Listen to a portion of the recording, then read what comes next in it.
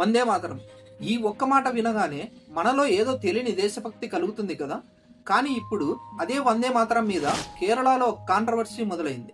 అదేంటి, వందే మాతరం మీద కూడా కాంట్రవర్సీ ఏంటి అనేది మీ క్వశ్చన్ కదా. ఆగస్టు 15 ఇండిపెండెన్స్ డే సెలబ్రేషన్స్ లో పూర్తి వందే మాతరం ఆలపించాలని కేరళ చీఫ్ సెక్రటరీ నుంచి ఒక డైరెక్షన్ వచ్చింది. దీనికి పినరయి విజయన్ అభ్యంతరం చెప్పారు. ఇప్పుడు ఈ పేరు అందరికీ తెలియకపోవచ్చు. పినరయి విజయన్ అంటే కేరళ మాజీ ముఖ్యమంత్రి, అక్కడ ప్రస్తుతం అపోజిషన్ లీడర్. సరే, ఆయనకు వందే మాతరం అంటే ఇష్టం లేదా? కాదు. అక్కడే చాలా మందికి విషయం తప్పుగా అర్థమవుతుంది. ఆయన వందే మాతరం పాడొద్దు అని చెప్పడం లేదు. మనం సాధారణంగా అధికారికంగా ఆలపించే మొదటి 2 చరణాలపై తనకు అభ్యంతరం లేదని చెబుతున్నారు. మరి ఆయన క్వశ్చన్ ఏంటి? పూర్తి వందే మాత్రమే పాడాలని ఇప్పుడు ఎందుకు చెప్తున్నారు అనేది. అంతేకాదు, దీని వెనుక ఆర్ఎస్ఎస్ అజెండా ఉందని కూడా ఆయన ఆరోపిస్తున్నారు.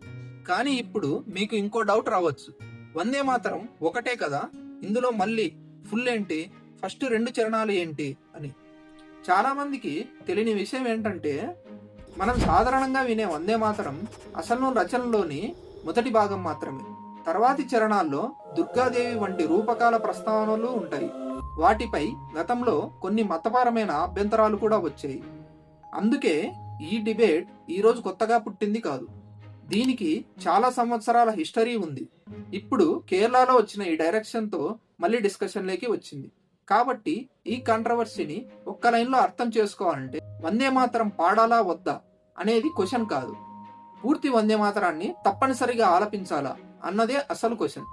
ఇప్పుడు విషయం మొత్తం తెలిసింది కదా, మరి మీకు ఏది కరెక్ట్ అనిపిస్తుంది?